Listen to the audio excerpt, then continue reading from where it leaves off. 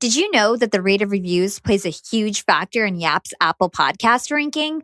If you listen to Yap on Apple Podcasts but never gave us a review, we'd greatly appreciate if you left one and took a few minutes of your time to share your feedback. This will help us secure sponsorships and remain a free resource to you all. Thanks in advance for your Apple Podcast review. You're listening to Yap, Young and Profiting Podcast, a place where you can listen, learn, and profit.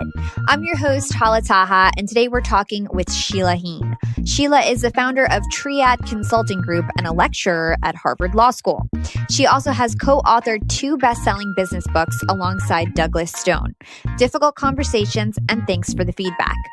Today, we're yapping with Sheila about the 3 layers of difficult conversations and how to overcome each one of them, the benefit of telling a 3rd story to start your discussions off on the right foot, and how to enhance the skill of receiving feedback by understanding the common initial reactions we all have when receiving negative feedback and how we can counteract them in a positive way.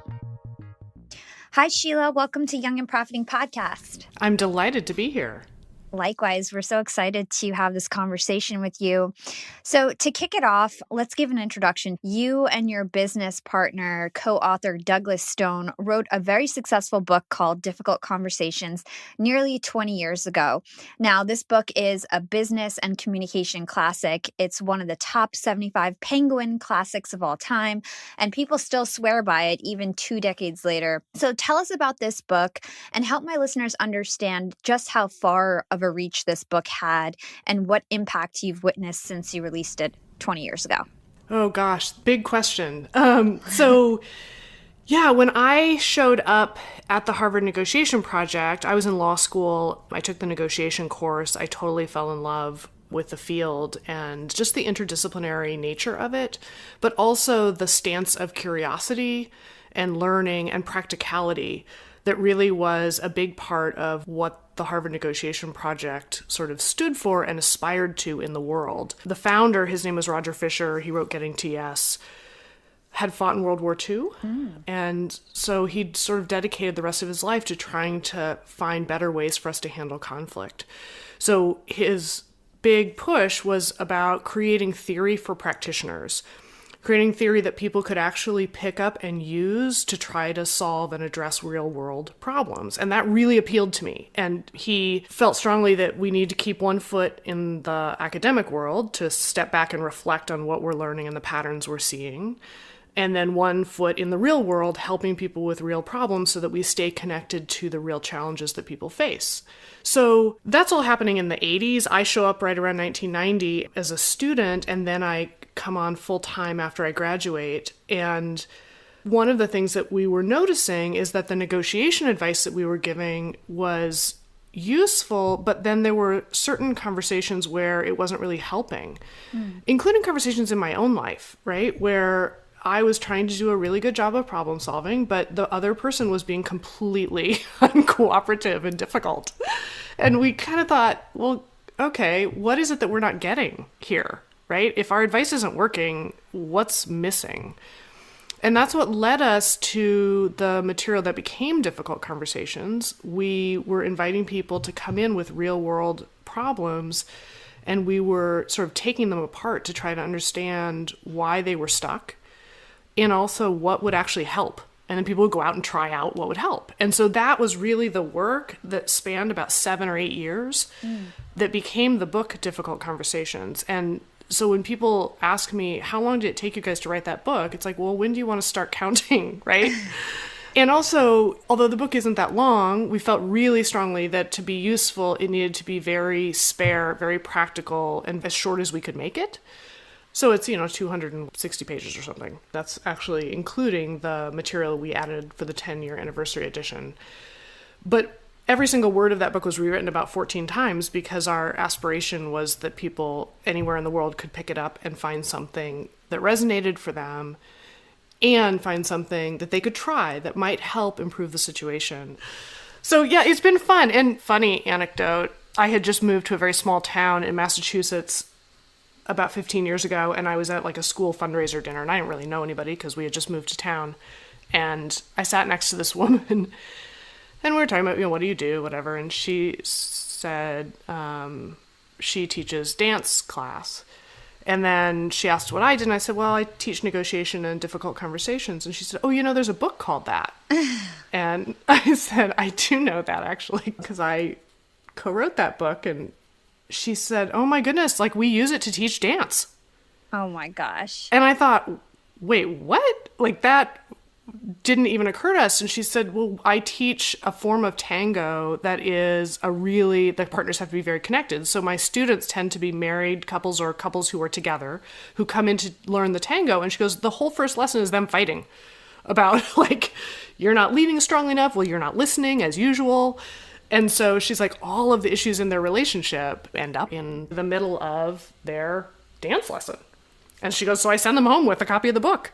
Yeah. It's so incredible. As we were doing our research, we noticed that the book was used everywhere, from obvious places like college courses to not so obvious ways like the Palestinian and Israeli conflict, or, the Greek and Turkish Cypriots. Yep. Yeah. It's pretty amazing that your book has been used in such like high stakes situations, and also like lower stakes situations like a dance class. Right, exactly. And, one of the fun things for us is that we feel like we learn from readers all the time who write to us or reach out to us to say, hey, here's how I've been using it, or I've been teaching it, or I've been using it in prisons, or there's actually a copy of it uploaded onto the International Space Station. Wow. Which I had your reaction, like, wow, that wouldn't have occurred to me. But at NASA, they said, like, look, you're on the space station, you're in very tight quarters with other people, usually from other countries, and you've got to be able to get along and work together because there's really no getting away from each other. So It makes a lot of sense. Completely. So tell us about your latest book, Thanks for the Feedback. You wrote it 14 years later, again with Douglas Stone. What was the reasoning behind writing that book, and why such a long delay between both the works? I know. Sometimes I look back and think, like, what the heck were we doing that whole time? And I'm like, oh, right. I was having 3 kids and running a business and teaching and trying to learn something new. That's the biggest thing. After Difficult Conversations started to do well, the publishing world, of course, turns around and says, great, what's next? What are you going to write that we can publish in the next year or two? And, there were a lot of obvious extension books, Difficult Conversations at work and at home and on the patio and, with a chef. I mean, you could do an endless variation, but I guess for our own sake, as well as maybe the sake of our readers, we felt like we didn't want to write the same book over and over and over again. That just didn't seem that interesting to us.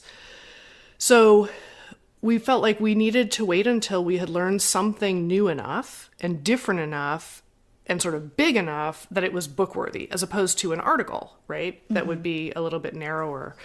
One of our pet peeves is books that have like one really genuinely good idea, but then it's padded into 300 pages. And we maybe overcompensate because our books tend to be chock full of ideas that will keep you busy for the rest of your life. But we feel like at least you're getting your money's worth. So we were kind of spending that 20 years of pre-publication and then all the way up to the feedback book, going around the world, working with leaders on their toughest conversations, and feedback conversations kept coming up again and again and again as one of the kinds of conversations that everybody in the world struggles with and feels like they don't work the way they're supposed to. I try to give them feedback, they're defensive, and then eventually they say, and then other people have this horrible feedback for me that's totally inaccurate and unfair. And it was like, okay, whether you're the giver or the receiver, it's not working. Yeah. So what is there here that we have to learn? And that's, I think, what took us so long, was that we were looking for the right question. And it was really Doug who, after about 10 years of sort of wrestling with these feedback conversations, questions, suddenly one day said, well, hang on. Maybe we're missing half the equation, right? In any exchange of feedback between a giver and a receiver, it's actually the receiver who's in charge. They're deciding what they're going to let in and what sense they're going to make of it and whether and how they're going to change. So maybe we've been going about this backwards by focusing mostly on the givers and how to give feedback. Maybe we should be trying to understand what's so hard about receiving feedback for all of us, by the way, in all areas of our life, like formal feedback, obviously, from clients or bosses, etc., performance reviews, but also like all of the informal offhand, unsolicited little tips and suggestions that everybody in our lives have for us for how they want us to change. Yeah. And that was a really interesting question. We kind of looked around and said, like, what's out there on that? And there was almost nothing. And so that's really what launched us sort of in the direction of the feedback book. So, now we're 5 years out from the feedback book and we're on the hunt for our next question. Very cool. I want to focus most of our time today on both those two topics, difficult conversations and feedback. So let's get right to it, starting with difficult conversations. So what is your definition of a difficult conversation? I thought this would be the best way to start it off. Well, there's an easy answer, which is if it feels difficult to you, it counts.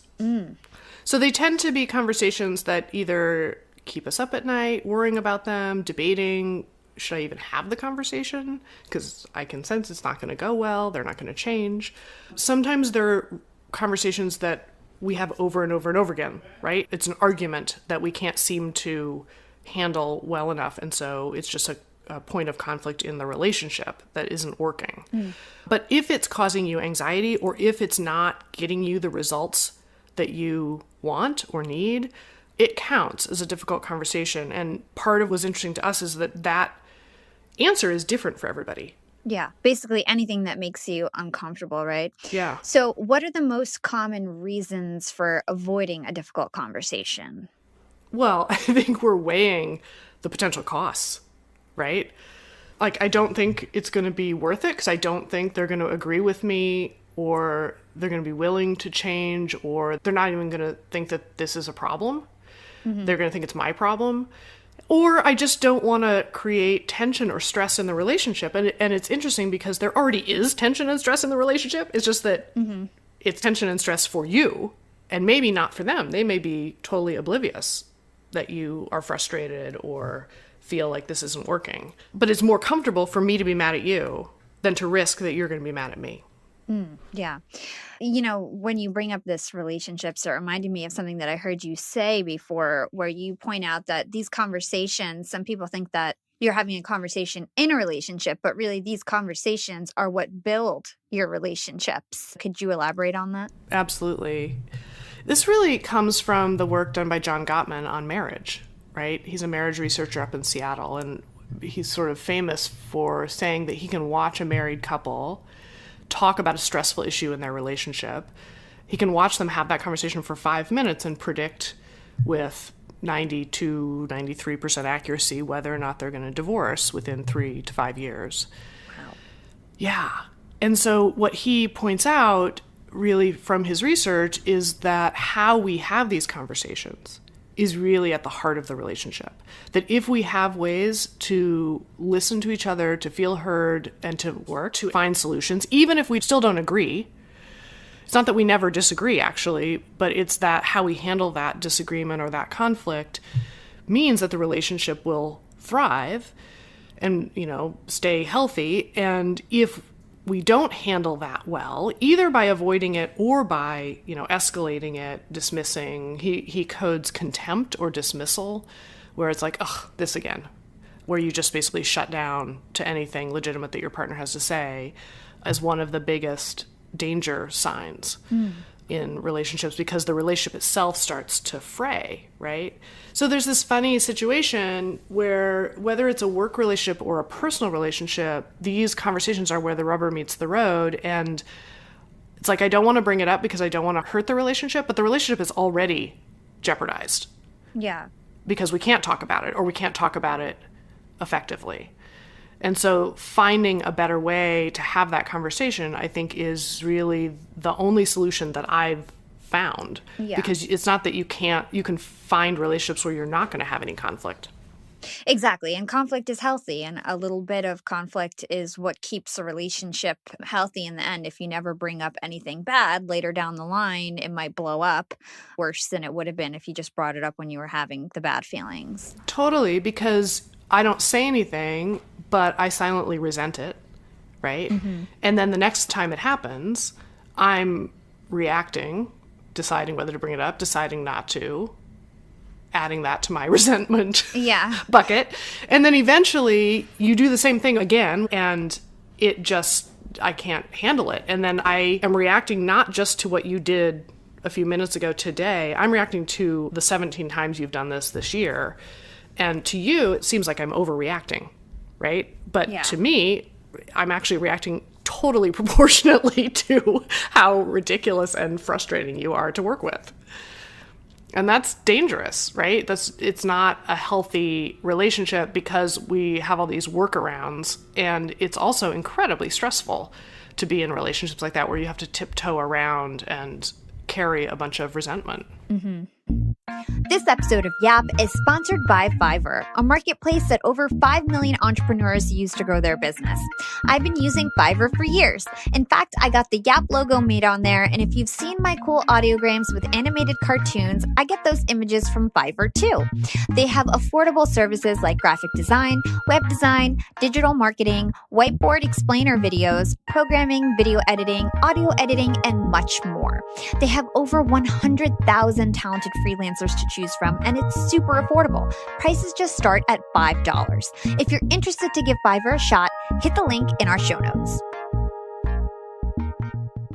In your book, you say that there are 3 layers of difficult discussions: the what happened conversation, the feelings conversation, and the identity conversation.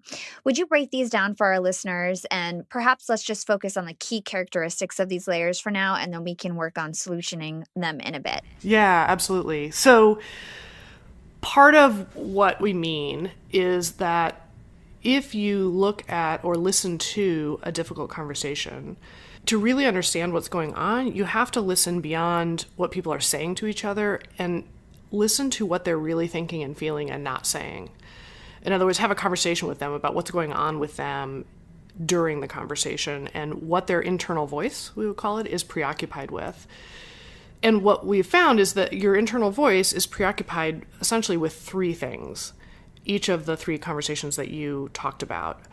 First, I'm having a conversation with myself about what happened, what has happened, what is happening now as we're trying to talk about it, and what I think should happen to solve the problem. And I have a story about that, right? And that story actually itself has 3 key components. Mm-hmm.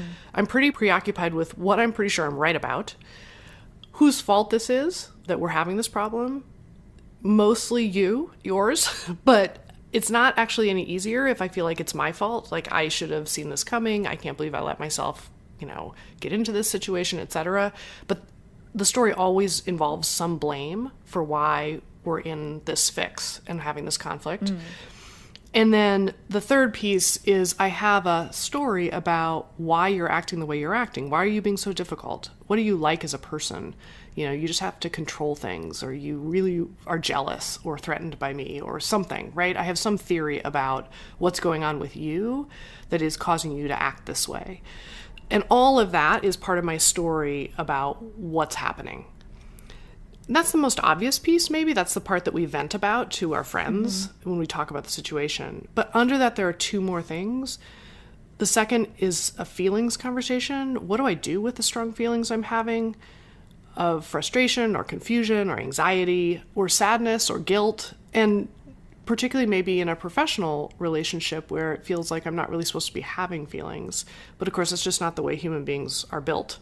So we have all these strong reactions to reading our email or, trying to solve a problem in a meeting. And then I'm trying to figure out what to do with them. And then the last is sort of at the deepest level. If a conversation feels difficult to you, chances are there's something about identity that is at stake. There's something the situation suggests about you that is at issue. It might be like, I'm being a wimp. Why am I not sticking up for myself? Why do they think they can take advantage of me? Mm-hmm. Am I not being fair? Am I not a good boss? Am I not up to the job? There's something that the situation suggests about who I am and what I'm capable of that feels like it's at stake. And that's part of what then raises the temperature on the feelings, the anxiety, etc., and frustration, and then that colors the story we tell about what happened. So that's the underlying structure of any difficult conversation. Yeah, this was so interesting to me. From my understanding, what we should do is turn each one of these layers into a learning conversation and flip it on its head, basically turning the conversation into one that promotes peace and compromise and avoids blaming and fighting. When it comes to the what happened layer, how do you suggest that we kind of turn it around and stop blaming each other? Yeah, it's a great question. And I usually actually explain them in this order, but just for fun, I have an instinct we should do them in the opposite order, because the identity conversation is often where I can kind of ground myself and not be so reactive. So if I can identify what does this situation seem to suggest about me that's so frustrating or upsetting, that actually helps me understand why I'm having such a hard time with it. So just a couple of examples. I have a couple of clients who ask for things repeatedly, and I have a really hard time saying no, because I think of myself, like, part of my story, my identity story, is I'm really responsive and I'm very helpful to clients, and they always get more than they bargained for. Well, now anytime like there's scope creep, or they ask, oh, could you add one more thing, or could you stay and do the following, could we add this? Saying no isn't just saying no. It feels like I'm not being the person I want to be, but at the same time, I also don't feel like this scope creep is fair. And now I feel I'm being taken advantage of. So like I've got two identities that are in tension. And if I can just figure out what's at the heart of it for me, often I can be like, oh, okay, now I get why this is hard. And it's more complicated. Like, we hold identity as very either or, black or white. Like, either I'm a generous person or I'm totally selfish. And that's, of course, ridiculous in the real world and in business and family life. So, we have to find a happy medium. And sometimes I might even want to say, look, I love adding whatever we can to make sure you get the most value we possibly can. This does feel like it's beyond what we originally talked about. So let's talk about how to handle that. And now we can talk about some options, but I at least feel more comfortable putting it on the table because I'm naming it.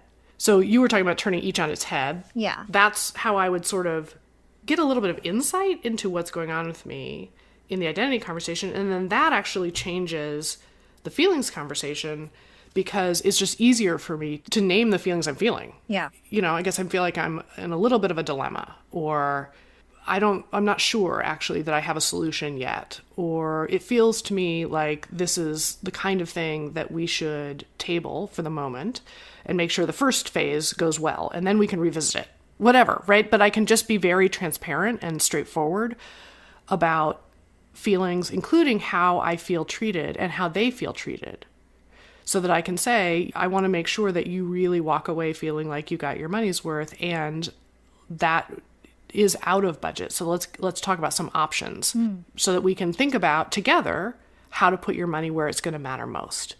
Well, now we're on the same side solving that problem, and part of that is making sure that they feel well treated. That then brings us back to the what happened conversation, which is the first one you talked about, turning on its head. But now it's actually easier for me to shift what I'm preoccupied with. So rather than being focused on what I'm right about, to get curious about, why is it that we see this differently, and why does it matter to you? And then let me share why it matters to me. If that's my purpose, instead of proving to you that I'm right, it just changes my whole stance in the conversation, because I have a different purpose for it. And that makes it easier for me to shift from blame to thinking about joint contribution. We've probably each done or failed to do some things that got us here. Like, you guys have been adding some things which I have just included and not flagged, but now we're kind of at the 11th hour and you're wanting to add something that's really important that you might have traded off, but we've already done the previous work. So I've contributed to this. That doesn't necessarily mean we don't still have a budget problem, but it does mean I'll take responsibility for my part, and, that makes it easier for me to hold you accountable for your part too. And that puts us in a problem-solving stance. Yeah.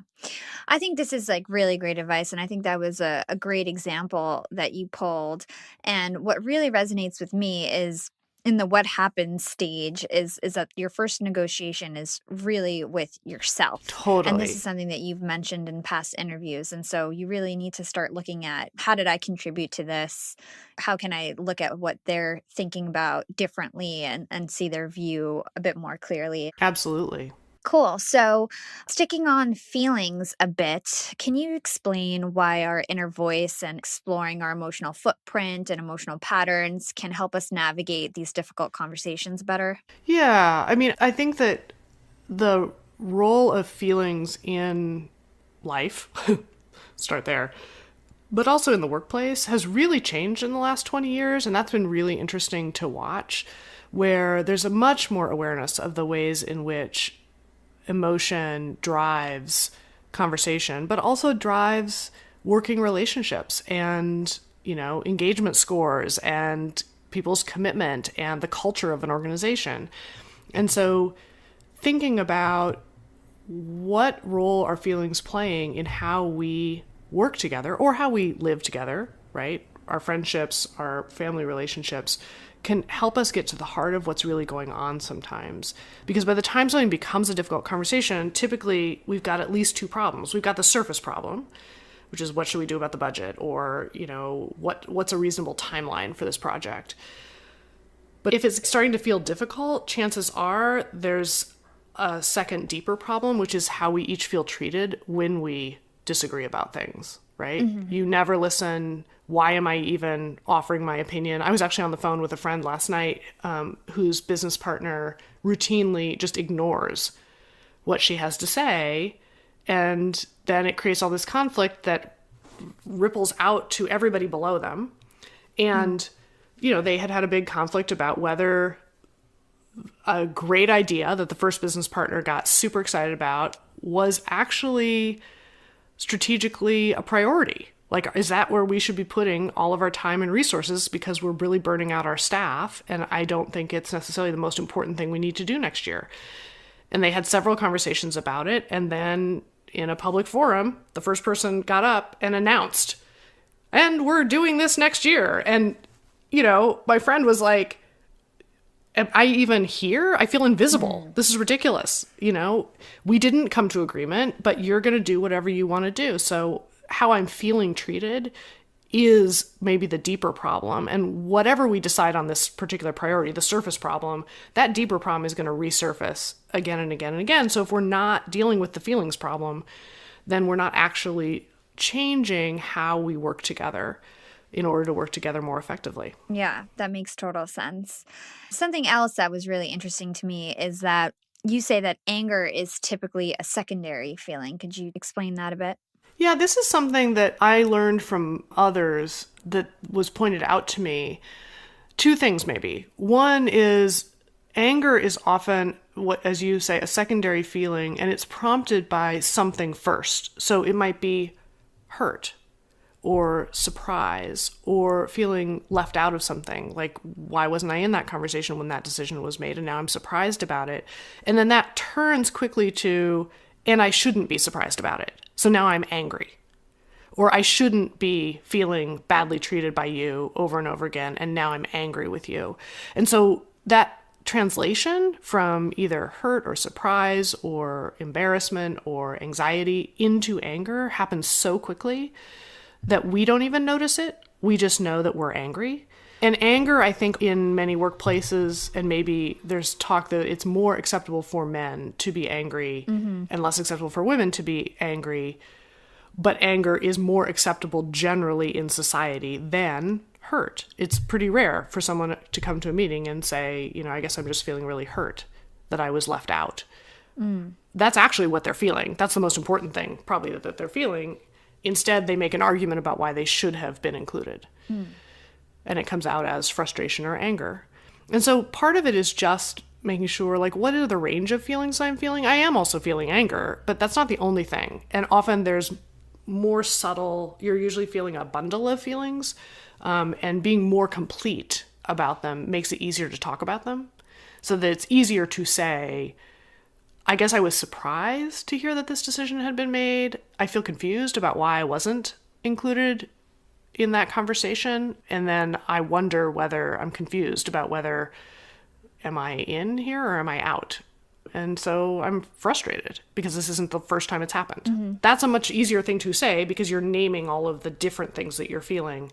And they can then respond to that range of feelings. Yeah. Do you suggest in like a work setting or a business setting that you do show that level of weakness in business?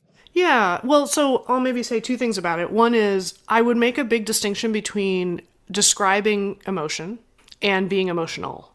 So I think it is relatively rare that it's a good idea to be emotional at work, meaning yelling, crying, etc. Yeah.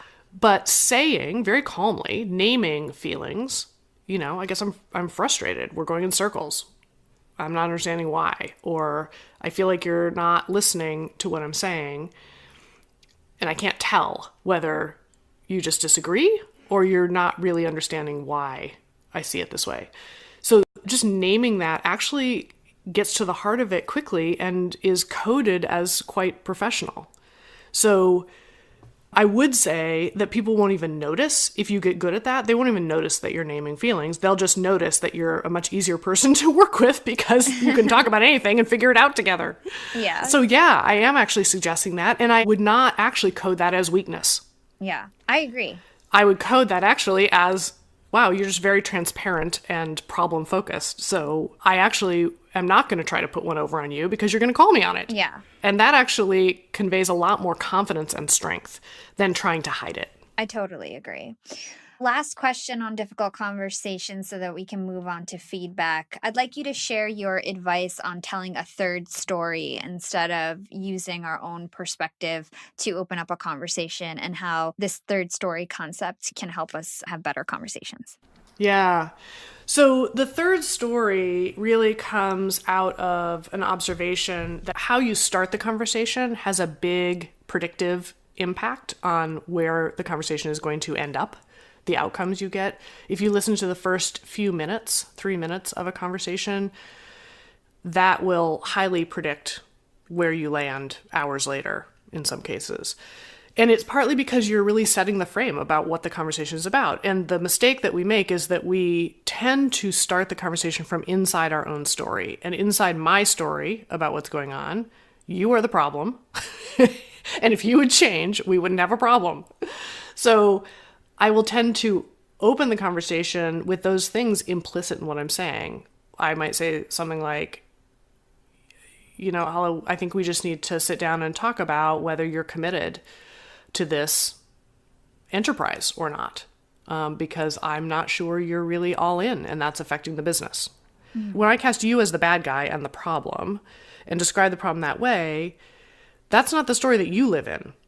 Like, you have your own version of what's really going on, and that's not an invitation to a conversation that you're likely to want to take. You're like, well, I don't want to be part of that story. I'm cast as the villain there. Mm-hmm. So instead of starting inside what we would call the first position, your own story, or even starting inside the other person's story, which leaves yours out, we suggest starting from the third story, which is the way that a mediator or observer might describe it. And the key word is difference. So if you can think of how would someone describe the difference between us that's leading to this conflict, it might sound something like, Hala, I would love to sit down and talk a little bit about the effort that we're each putting into this enterprise. Because I wonder whether we have really different assumptions about the time commitment that we're making or sort of the priority that we're putting on it in our lives. And so my sense is that I'm putting in a lot more time and effort and energy. And that was my assumption that we would both be doing that. But it could be that that wasn't your assumption. And so I'm curious to learn more about how you see how things are going. And also, whether you feel like it's working, because I'm starting to worry. So I'm basically saying, I think we have something that is different here and that is causing a problem. And I would like to talk about it, to both learn more about your perspective and to share my perspective. And by starting in the third story, I'm signaling that both of our stories are part of this conversation. Yeah. It's not all about what you think, and it's not all about what I think. It's about putting those together and comparing them and then figuring out what to do. Yeah. And that's starting from the third story. That's one piece of advice that I'm going to implement the next time I have a difficult conversation for sure. That was definitely one of my favorite takeaways I had from the book. So, moving on to feedback, like I mentioned previously, you and your co author, Douglas Stone, wrote, "Thanks for the feedback, the science and art of receiving feedback well." I really enjoyed this topic. So, let's just dive right into it since we're running out of time. Negative feedback can be tough. People have a problem receiving negative feedback and tend to shy away from it. Can you tell us why people have such an issue with receiving negative feedback and why receiving this type of feedback is actually really important to our self-development? Yeah, it's a great question. You know, there's a way in which the feedback book and material is really just a deep, deep dive into the identity conversation, right? Because any feedback, particularly negative feedback, about who I am or how I'm impacting the people around me in my personal life or my professional life, can be among the most painful experiences in our lives. And I think that we do, at least theoretically, want to learn and grow, and we know from experience, as well as, because this is what we're supposed to say, that feedback is good for us, like eating your vegetables.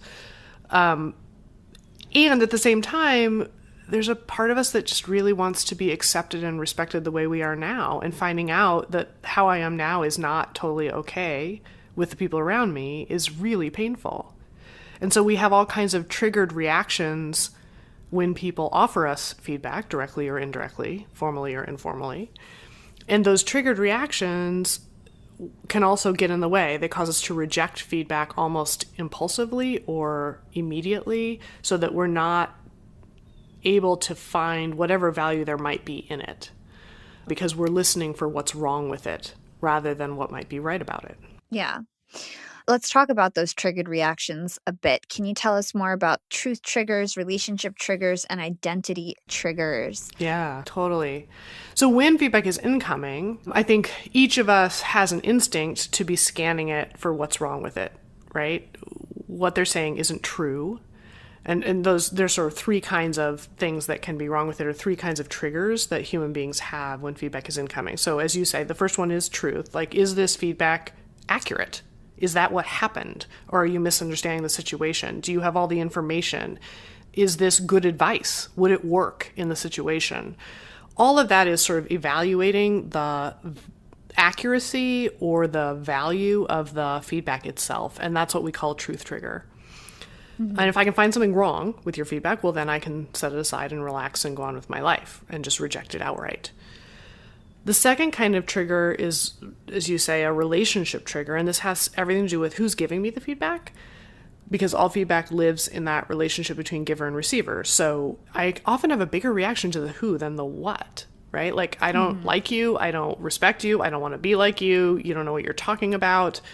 Or like, I trusted you and you're not being fair to me. So in some way, I'm having a reaction to who is offering me the feedback that is causing me to reject what they're saying as well. And this is why your best friend can tell you things that nobody else can, but it's also why sometimes the people closest to us can't get through to us, because it's just too upsetting. You know, feedback from your spouse, I don't even code it sometimes as feedback. It's just like him being annoying. And I can hear the very same thing from somebody like a stranger, and I just hear it totally differently. It's less threatening. Yeah. And then the last one is identity triggers. And this has to do with our emotional reaction to the feedback, but also our sensitivity to feedback. In the course of our research on the book, we came across some evidence suggesting that in terms of sensitivity to feedback, how upset we get and how long it takes us to recover, individual sensitivity can vary by up to 3,000%. Yeah. And then we're all, working together on teams together, in families together, and having really different reactions to the feedback that we get. Yeah, that was to me so alarming, the fact that these triggered reactions can vary by 3,000%. I know, right? What's your instinct about, are you on the more sensitive end or are you more even keel? You know what? I am very sensitive, Yeah. but I do notice that oftentimes people give me feedback and I definitely let it roll off my shoulders because I'm very confident at the same time. Yeah. So Yeah. I'll take feedback sometimes not so seriously, where I should probably be listening a little bit harder. But then at the same time, I'm very sensitive. So I think one of the biggest triggers is who is telling me the Yes. feedback. Yeah. Well, and I'm glad you said that because although we're saying like, oh, there's as much as a 3,000% difference in sensitivity versus being very even keeled, of course it's more complicated than that. You're always going to be more sensitive about some things, more sensitive to some people. There's going to be moments where you quickly dismiss something, and then other moments where even something that's pretty mild, like you totally take to heart and it like scars your soul.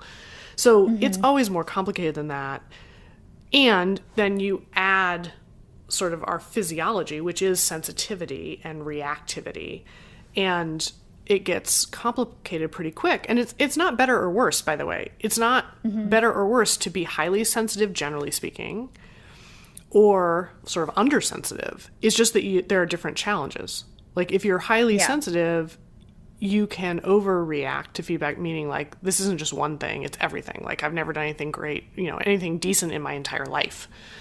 And our sense of the feedback is sort of supersized and distorted. And in that state, like you can't learn. You have to be able to sort of dismantle the distortions to see the feedback at actual size where you can learn from it and not have it threaten who you are. How can we tell if someone might be particularly sensitive to feedback? What are the traits of somebody who might take feedback very poorly? Well, you're going to probably notice from experience with them. Several people have asked me, like, is there like an app or is there a secret like way I can know? And it's just a more analog answer than that, which is you could ask them. One of the most useful things conversations to have with the people that you work with, including clients, by the way, for me, is to talk about sensitivity to feedback and how we want to handle feedback in our working relationship or in our personal relationship, and sort of talking about sensitivity, or here's a couple of my pet peeves about feedback. Here's what I really appreciate. So when you have coaching for me or ideas and suggestions, give them to me right away, or I'd love to talk about them at the end of the day because then I can kind of sleep on it and I'll probably come back to you with questions. But just having a conversation about how do we want to work together and offer each other suggestions and coaching when we have it can be one of the best foundation conversations to have. Yeah. So last question on this topic. Since we're running out of time, I'll just let you give your best advice when it comes to feedback. So these triggers that we just mentioned, truth triggers, relationship triggers, identity triggers, they don't really go away. We just have to deal with them, right? So what's your advice on dealing with these in the most positive way? Yeah. Well, so probably the thing that helps me the most in the moment is to notice my triggered reaction, but not to let that be the end of the story. Like, the fact that I can find something wrong with it doesn't mean that there isn't also something right about it. You're always going to be able to find something wrong with any piece of feedback that you get. And it could even be, 80 or 90% wrong. But the last 10 or 20% might be something that would be useful for you to keep thinking about. So I try to notice my triggered reaction, but then get curious to ask more questions about what my giver means. What do they want me to do differently? What is it that I'm doing that's giving them the impression that they have? What were they hoping for? So I need to actually lean into the conversation and just learn more and not decide now whether they're right or wrong, or I accept the feedback or I'm rejecting the feedback. Just hold that question, set it aside for a moment, and then ask a bunch of questions to listen for both what's wrong with the feedback, because I'm going to notice that right away, but also to listen for what might be right about it. And to always have both of those questions in mind. And if I walk away confused, to go to someone I trust to say, hey, I just got some feedback that feels unfair. I can't quite figure out. Can you help me sort through it? Like, let's go out for a beer or a glass of wine and we can vent about what's wrong with their feedback and how unreasonable they're being. But then when I'm ready, can you help me see what might be right about it and what I should pay attention to? Like, maybe I don't agree with their solution and I don't think it would work, but they're pointing out a problem that might be a bigger problem than I thought it was. So I'll find my own solution, but that's what might be right about it, which is there's something I wasn't paying close enough attention to, as an example. Yeah. And that stance, I think, has really changed the way that I think about feedback and hopefully respond to other people when they do offer me something. Totally. Great advice. We ask a question to everybody who comes on the show. What would you say is your secret to profiting in life? Well, I'm going to probably say something that a lot of other people have said, which is, find something that you love doing, because then you're going to want to be the best in the world at it. And once you get really good at it, it becomes valuable to other people. So maybe I'll add one more thing on the negotiation front that maybe others haven't said, which is one of the hardest conversations I notice is about money, right? The services I'm offering you, what are they worth? And recognizing that, number one, conversations about money are always about more than just money. They're also about identity and emotion and what money represents to me in terms of self-worth or freedom or success or respect. So that's one thing to keep in mind. And then the second thing is I should just be looking to other criteria for what the market says this is worth. And that's an easier thing for me to argue and defend, which is, this is what this work is worth. And I can point to a lot of other criteria. It's not just what I want. It's the value that you're getting. And we'll align the budget around the value that we're able to provide, or what you would pay others for this in the market. And that actually helps remove sort of the identity conversation a little bit from the negotiation, because I'm pointing to other objective criteria that help you also explain why this contract or this deal is fair and you're getting your money's worth. Oh, I really like that. And just quick question. I had Chris Voss on the show. He wrote Never Split the Difference. So he's of the perspective that you should never compromise on your price. What's your view on that? That is a strong statement, to never compromise on your price. We try to price really consistently across clients, and that enables us to say, we want to be fair to everyone. So it's not fair to someone else if you get this for less. But I'm totally happy to work with you on scope.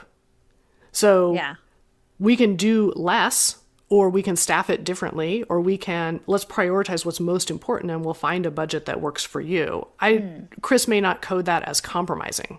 Yeah. That may be consistent with what he's saying, which I suspect is what he means. But I think that the never compromise is a way to get people's attention, because I think we're a little too quick sometimes to give in just because someone asked, could I get this for less? And I tend to say, great question. We can definitely do something for less. Let's talk about what we could do for less. But now we're talking about scope as well as money. That makes sense. And where can our listeners go to learn more about you and everything that you do? So if you just Google my name, Sheila Heen, you will come up with our website, triadconsultinggroup.com. We have a nav at the very top of the page called Help Yourself that has a bunch of free resources that you can use. And you can also learn just a little bit more about the various things that we do. Awesome, Sheila. Thank you so much for coming on Young and Profiting Podcast. Thank you so much for having me. Thanks for listening to Young and Profiting Podcast. If you enjoyed this episode, don't forget to leave us a review or comment on your favorite platform. Follow Yap on Instagram at Young and Profiting, and check us out at youngandprofiting.com. And now you can chat live with us every single day on Yap Society on Slack. Check out our show notes or youngandprofiting.com for the registration link. And if you're already active on Yap Society, share the wealth and invite your friends. You can find me on Instagram at Yap with Hala, or LinkedIn. Just search for my name, Hala Taha. Big thanks to the Yap team as always. Stay blessed, and I'll catch you next time. This is Hala signing off.